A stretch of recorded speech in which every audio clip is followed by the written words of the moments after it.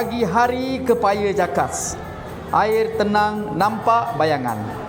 Kalau kita kuat bertekad lekas, cita-cita jadi kenyataan. Antara prestasi pendidikan akademik di dalam daerah di negeri Johor ni, Segamat terletak pada tingkat ketiga sekarang. Ya, itu adalah satu pencapaian sangat bagus. Saya nak ucap terima kasih kepada para guru-guru yang hadir pada hari ini. Bahawa kerajaan Madani sekarang memberikan peruntukan yang tertinggi kepada pendidikan. Kenapa? Bagaimana kita mahu memartabatkan sekolah? Bagaimana kita mahu mengangkat pelajar-pelajar kita? Bagaimana kita mahu membasmikan kemiskinan? Adalah satu caranya adalah melalui pendidikan.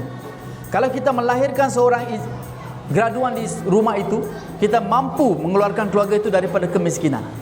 Dan itu adalah matlamat saya. Saya mau melihat, tak kiralah apa bangsa, apa agama, tugas saya sebagai wakil rakyat adalah membantu semua rakyat di Segamat, tanpa mengira latar belakang mereka, tanpa mengira latar politik. Itu saya, harapan saya inilah, ya, bantu mereka supaya kita melahirkan anak-anak yang hebat pada masa akan datang. Ini tanggungjawab sebagai saya wakil rakyat.